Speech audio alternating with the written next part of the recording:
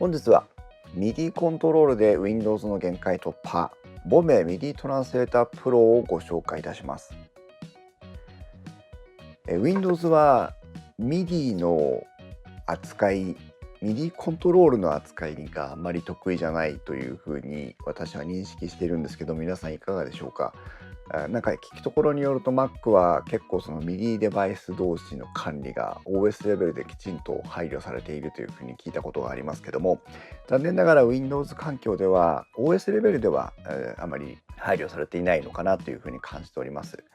特に今回はこの例えば中華製の CMC ミキサーというこのコントロールサーフェスと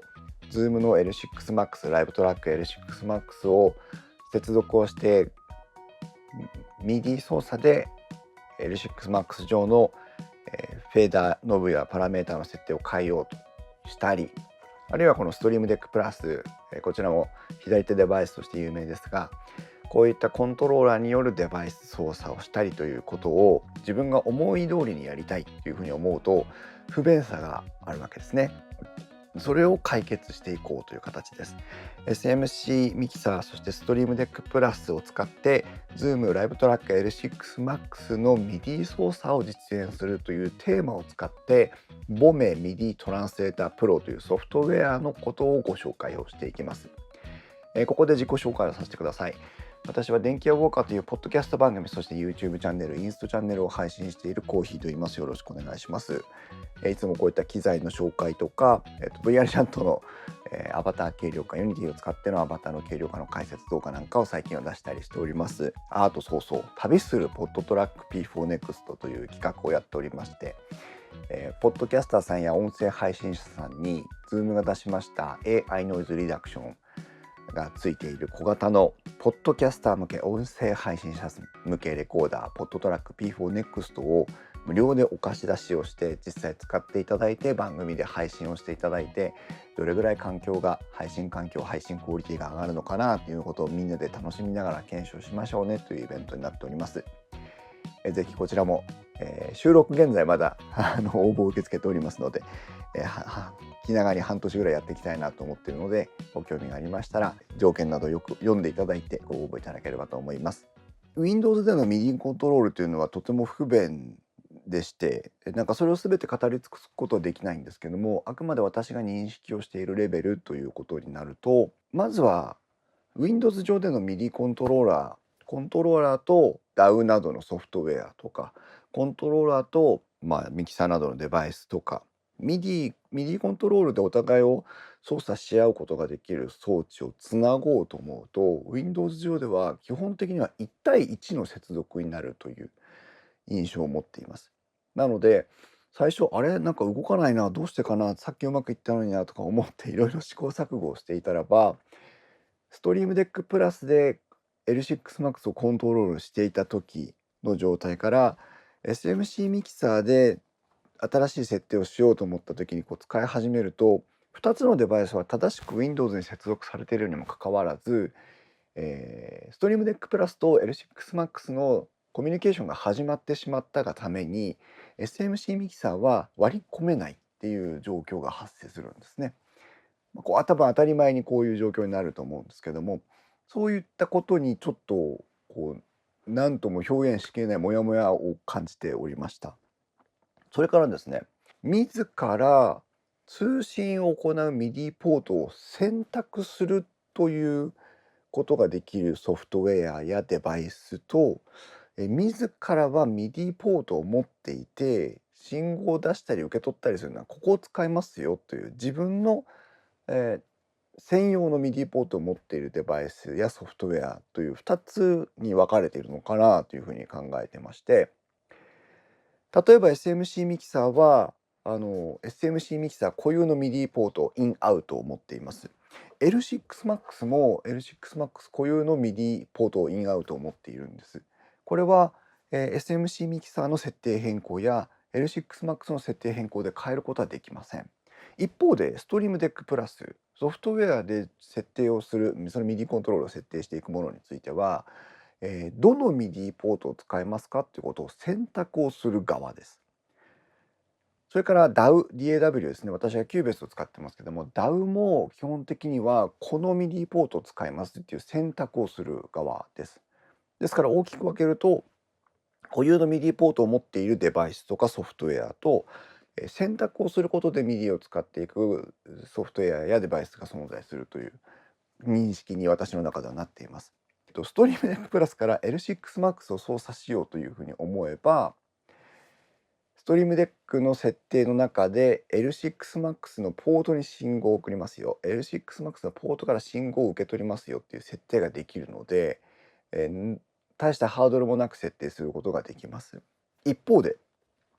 SMC ミキサーから L6Max を操作しようと思った時には SMC ミキサーは SMC ミキサーのアウトから信号を出しインで信号を受けます。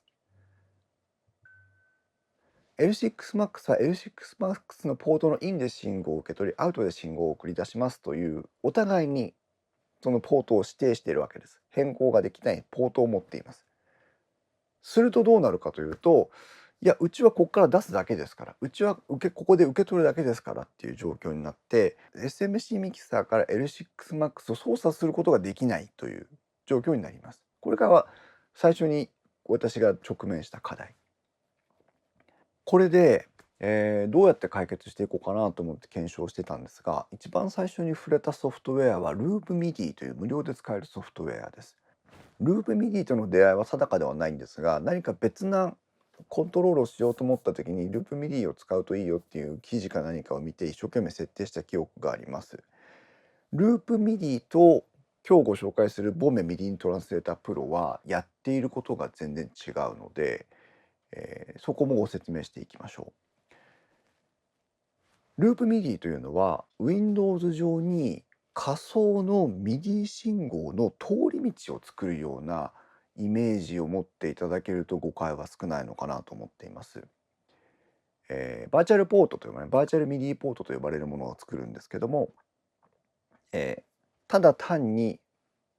信号が片方向にだけ通る、まあ両方向通るんですけど片方向で使わなきゃいけないんですが、片方向に通すミディの中継ポートを作るっていうことですね。でこれはどうなるかというと、ストリームデックからバーチャルミディポートというポートを選択して信号を送りますということを設定したとします。で、キューベースからバーチャルミディポートからの信号を受け取りますという設定をしたとします。そうするとお互いに、どこかのミディポートを選択してくださいねっていうソフトウェア同士、デバイス同士がループミディで作ったミディポートを経由して、あ、このミディポートへ送ればいいんですね。このミディポートから受け取ればいいんですね。ということで、ミディポートを選択する双方が、このバーチャルミディポートを使って信号のやり取りしますよっていうお約束事が作れて、それで信号のやり取りができるようになるというのがループミディのやっていることです。信号が混ざってしまうので片方向で使うのが原則になるので、ストリームデックプラスからキューベース、キューベースからストリームデックっていう2つのミディポートを作って中継をしてあげるという形になります。ただこれもミディポートを作ってあげたからお互いにこれを選択してねっていうシチュエーションで役に立つわけですね。SMC ミキサー、自分のポートを持っているミディコントローラーです。自分のポートを持っているオーディオインターフェースです。こうなるとお互いに自分のものを使ってくださいという主張しているので、お話が通じないわけですね。で、ループミディを使ってどうできるかっていうと、これはどうにもできませんでした。ループミディもこのポートを使ってくださいねという主張する側の役割を果たすための仕組みなので、結局みんな自分のを使ってねと言い続けてできないということになります。そこで今日ご紹介するボメミディトランスレータープロですけども、これは非常に多彩なミディ管理ができるソフトウェアなので一言で言い切れないんですが、今のこのデバイスとミディポートの関係だけ、あるいはループミディが実現していてループミディが実現できないことだけに絞ってお話をすれば、 SMC ミキサーは SMC ミキサーというポートを持っていてここから信号を出しますよと言ってますね。それで、間にボメミディトランスレータープロを挟むと、あ、わかりました。ではそのポートからの信号を一旦お預かりしますというふうに受け取ってくれます。そしてその先今度出口の方ですけど L6MAX ですが、 L6MAX はこのポートで信号を受け取りますよという主張をしているわけですね。ボメミディトランスメータープロは、あ、そうですかと、L6MAX はこのポートで信号を受け取ってくれるんですねって、じゃあこれをお渡ししますという、この橋渡しをしてくれるのがボメミディトランスメータープロです。ですからお互いに自分のポート名を主張してはばからない、その相手のことを受け入れないタイプのデバイスやソフトウェア同士を簡単につないでくれることができるのがこれです。もう一つ解決してくれる問題がありまして、冒頭お話しした、1対1のコミュニケーションの原則ですね、Windows 上で、存在している。ストリームデックプラスから L6MAX とのコミュニケーションが始まってしまったらば、SMC ミキサーが後から割り込むことはできません。そうすると、ストリームデックと L6MAX のコミュニケーションを一旦解除してあげて、まっさらな状態から SMC ミキサーとのコミュニケーションを始めてもらわなければならないんです。できないわけじゃないんですけど、えらいめんどくさいと。そこにボメミディトランスレータープロが入るとどうなるかというと、ボメミディトランスレータープロはデバイス同士、ソフトウェア同士、それぞれミディコントロールをする側とされたい側の人たちを直接つなぎません。あらゆるデバイスはボメミディトランスレータープロとのお話をするという関係性になります。そうすると、あ、ストリームデックプラスからの信号ですね、受け取ります。SMC ミキサーからの信号ですね、受け取ります。あ、これは L6MAX への信号ですよ、お渡しします。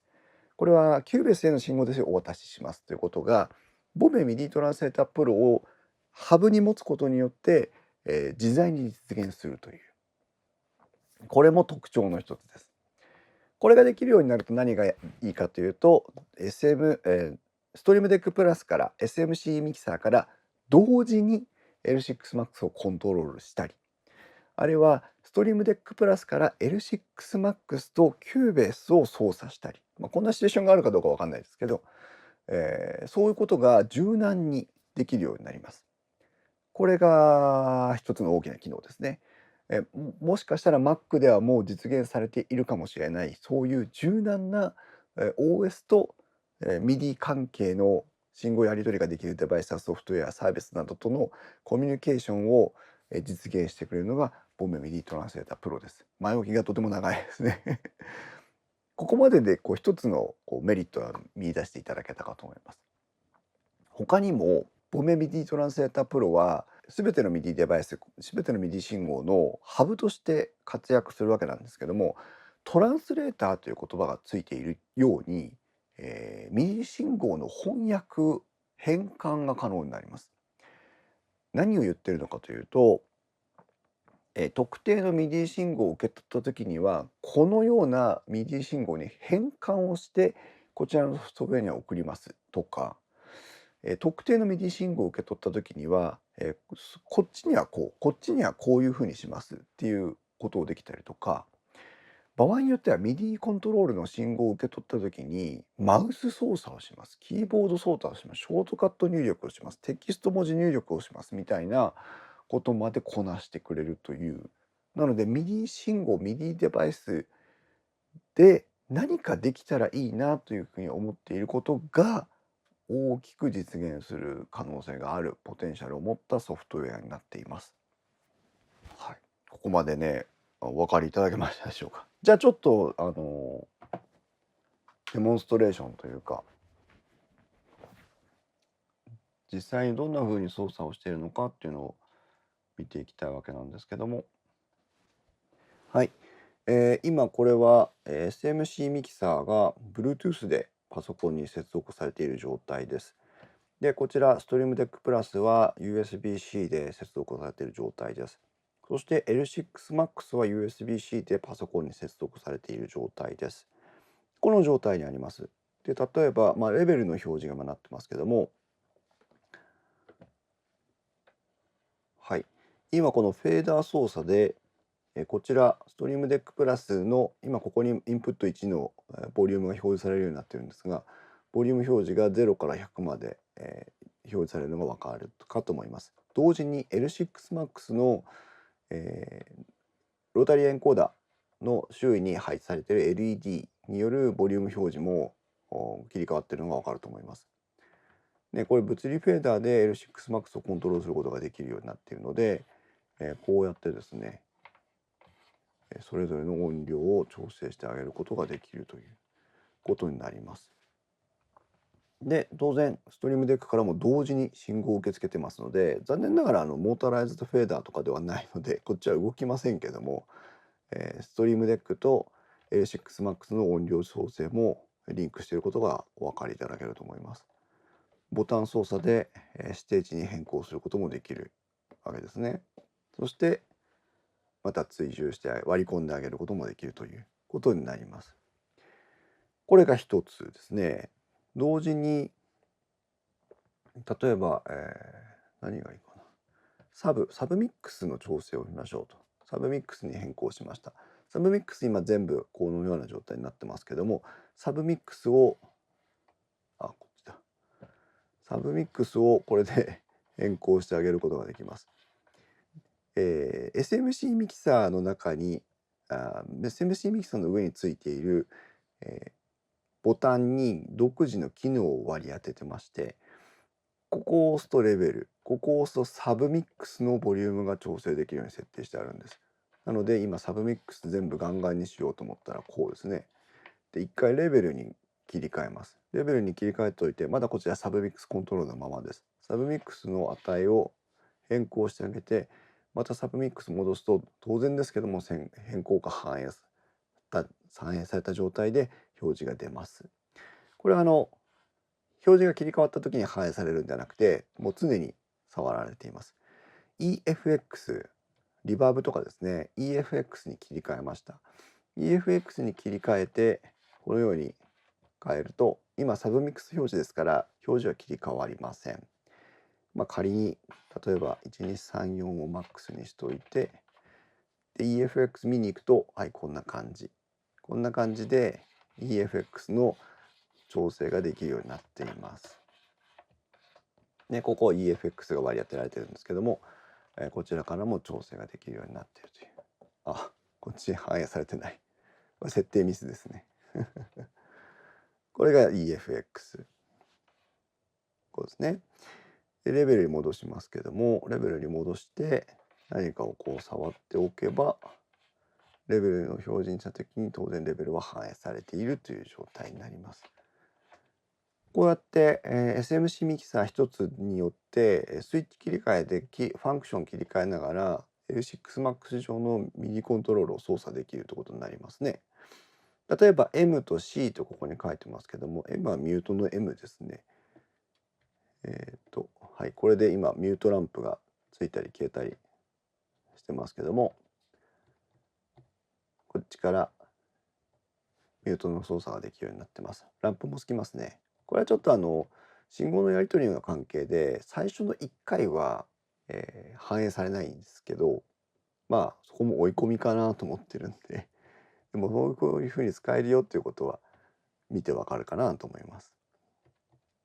はい。それから C ってなんだっけ？ C、パン調整かな。パン調整。はい。この上側のノブにパンを割り当てています。パンをね、こうやって振っていくんですけど、これでセンターポジションに戻るというパンの調整ですね。ですからレベルを表示した状態でもパンとセンター戻しがダイレクトに触れてしまうという状況になります。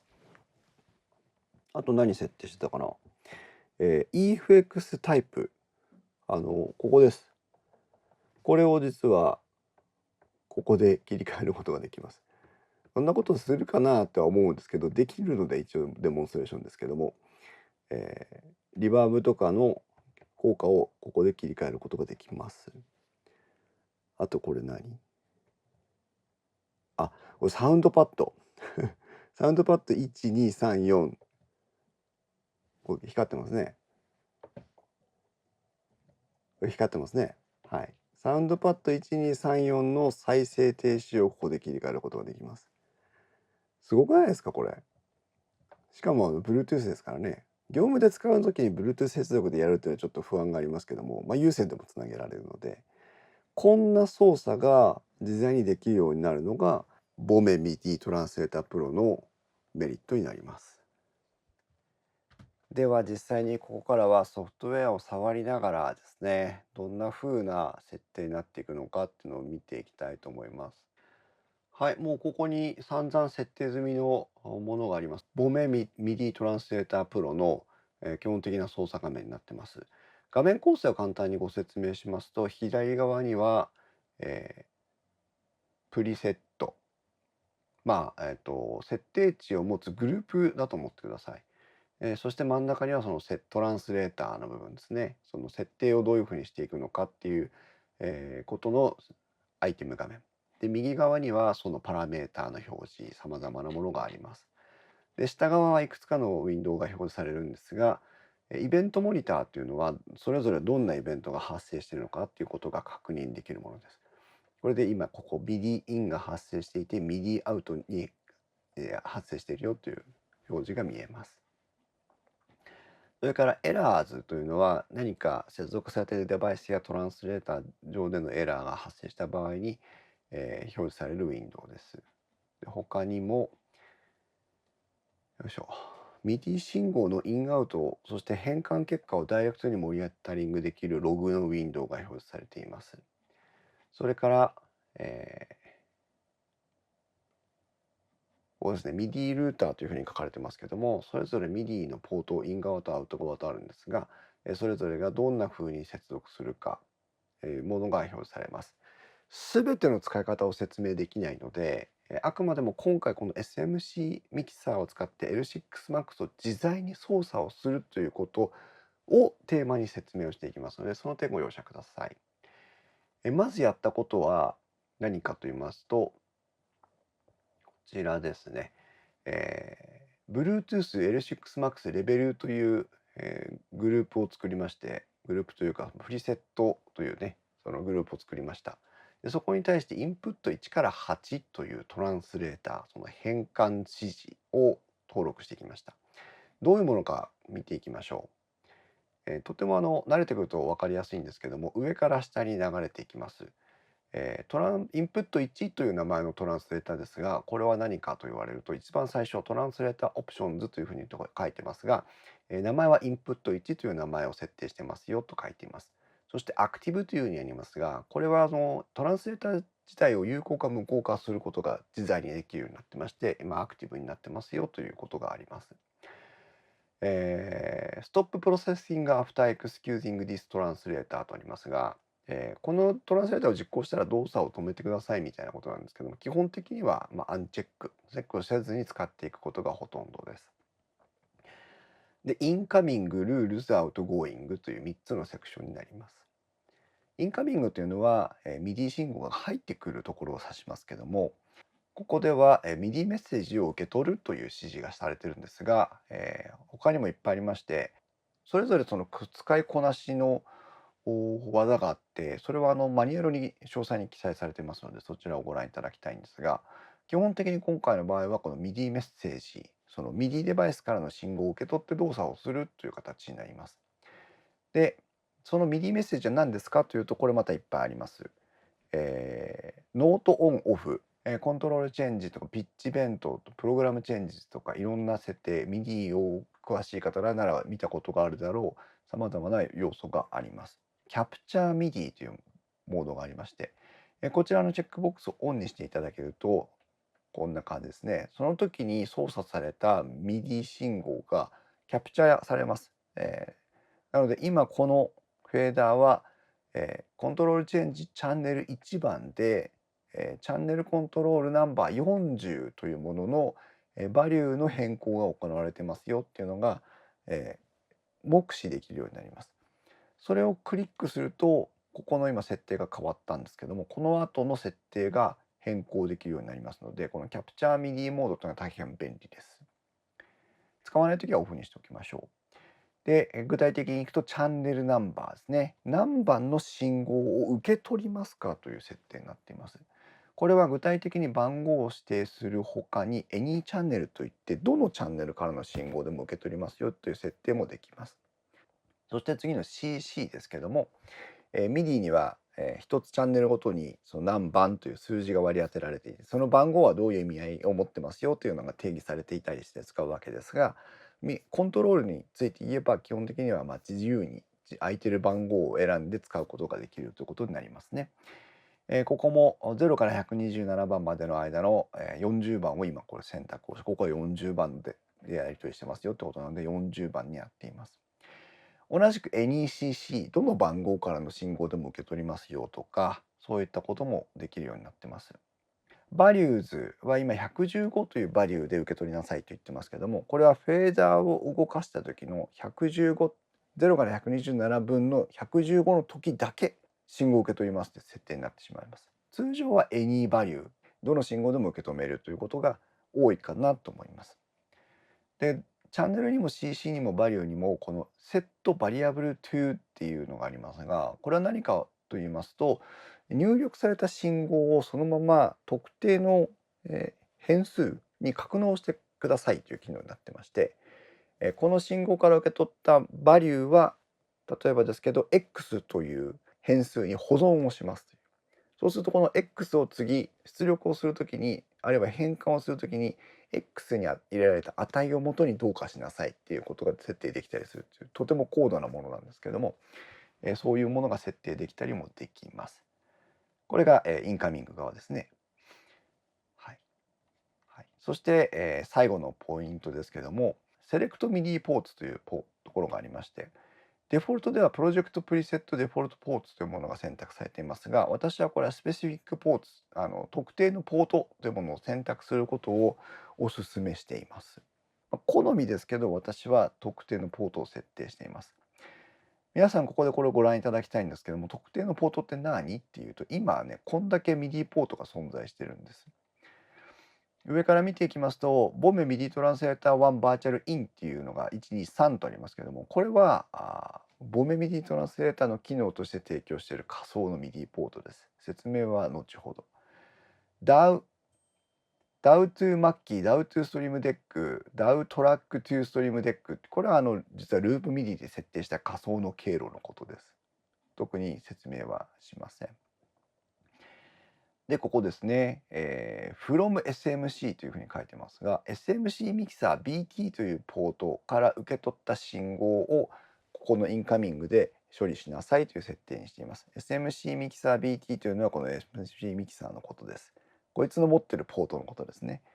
こいつの持ってる固有のポートから信号を受け取りなさいという指定をしてあるという。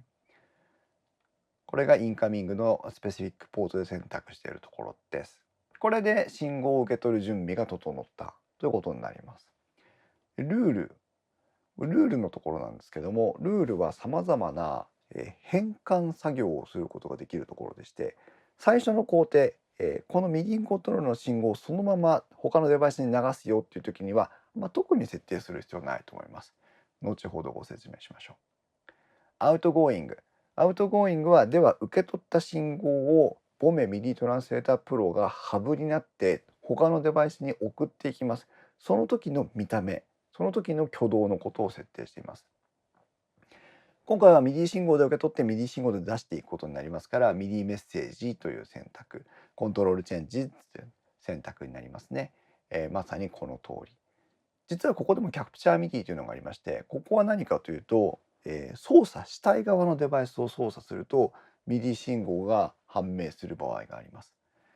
今 L6MAX ではこのインプット1番はコントロールの12チャンネルで81で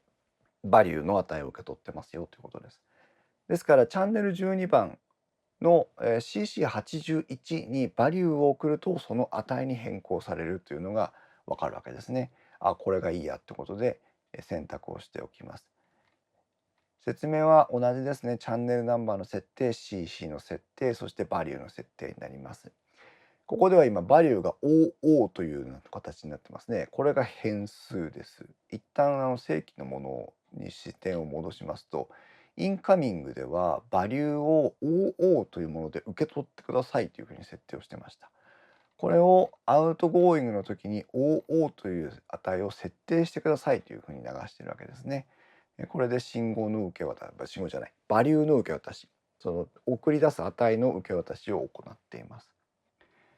同じように Select MIDI ポートでは、プロジェクト Preset Default Ports と Specific Ports の選択ができまして、Specific Ports。L6Max では、2番で信号のやり取りをしておりますので、2番をチェックをしておきます。これで SMC ミキサーの何番に設定したんだっけ SMC ミキサーの、チャンネル1番で CC ナンバー40の信号が送られた時にその値を OO という変数に格納しなさいという。デバイスは SMC ミキサー BT ですよという設定をインカミングでしておいて、特に変換ルールはないのでそのまま流しなさいとなり、アウトゴーイングのところで L6Max のポート2番に対して12チャンネルとしてです。12チャンネルの CC ナンバー81として送り出しなさいという変換をしています。値は OO で保存されたものをそのまま使ってくださいという。この設定をすることで、フェーダー操作による L6Max のレベル調整ができるようになりました。こういう設定なんです。おそらく触っていただけるとそれほど難しくなく、実現するんじゃないかなと思います。とにかく秀逸なのがキャプチャー MIDI という機能でして、インカミングであってもアウトゴーイングであっても、その信号の流れを確認して、これは何チャンネルの何番のバリューはいくつですよっていうのが表示されてくれるので、とても探りやすいと言えばいいですかね。同じようにサブミックスを作りました。サブミックスはSMC ミキサーとしてはチャンネル1番の CC42 番でバリューを受け取りますということにして、それを L6Max ポート2番の12チャンネルの43に送り出しますという設定をしているわけですね。こういったものが全部8チャンネル分あるということです。EFX、リバーブなどのエフェクトの適用量についての各チャンネルの適用量の変更も同様にセットしています。で、これ実は、このプリセットのところを見ていただくとお気づきになるかと思うんですけども、レベルのところはチェックがついていますが、サブミックスと EFX についてはチェックがついていません。これは何かというと、この現状の SMC ミキサーでは設定はレベル、サブミックス、EFX の3つが設定されていますが、レベルの操作のみ有効化していますよということになります。これをですね、切り替えることができるようになってまして、サブミックスというボタンを SMC ミキサー上のサブミックスというボタンに切り替えるという設定をしたボタンを押しますと、プリセットのアクティブ、非アクティブを変更することができるんです。これもボメミディトランスレータープロの面白いところで、プリセットのオンオフを変更することにより、適用される機能、発揮される能力を切り替えることができるということになっています。ですから限られたコントロールサーフェスのその要素ですね、フェーダーとかノブ、ボタンなんかでも切り替えをすることでさまざまな使い分けができるようになるというのもボメビディトランスレータープロが実現している、中継訳司令塔としての機能の一つにもなります。パンです。パンはどういうふうに設定をしているかというと、インプット1番のパンについては、先ほどと同じですが、SMC ミキサーのチャンネル1番のナンバー30、これですね。このノブをキャプチャーミディでやると、チャンネル1番の30に対してのバリューが0か127かで送られていることが分かります。左に回すと必ず0、右に回すと必ず127の信号が送られます。これによってパンの値をコントロールしていくんです。ちょっと待ってと思いますよね。0か127だったら左マックスか右マックスしか実現できないんじゃないのというふうに感じられます。そこで使ってくるのがルールになります。はい、ルールこんな感じ。時計回り、クロックワイズなら127、半時計回りならなんだ、カウンタークロックワイズなら0という値が出ますよという条件を使ってなんとかパンの値をコントロールしようとします。で、if ですね。プログラムのようですけども、KA という変数で、この0か127を受け取ってますが、KA に入ってきた値が127であれば JA という変数にプラス1をしてください。KA という値が0だったらば JA という値をマイナス1にしてくださいという命令が書いてあります。そして、0から127を超えないようにしていきます。JA が127よりも大きくなったらば、それは 127に固定します。JA が0よりも小さくなったらば、マイナスの値になったらば、それは0に固定しますという、命令を設定しています。これで、0か127しか入ってこない信号を加算減算に使えるようにしたということになりますね。そしてアウトゴーイングについてなんですが、こちらはとてもシンプルです。キャプチャーミディを押してパンの値を設定してみましょう。こうするとですね、L6MAX 自体はチャンネル12のナンバー73に対して、センターを64として左に行けば値が下がり、右に行けば値が上がるというコントロールをしているということがわかります。なので L6MAX としては64をセンターにした左右振りを行っているだけなんですね。なので先ほどのプラス1マイナス1をしてくれるっていう変換をかますことでこの値を1個ずつ変更していくことができるわけですね。もちろんもっとプラス2プラス4プラス8みたいに値を大きく振ってあげることもできます。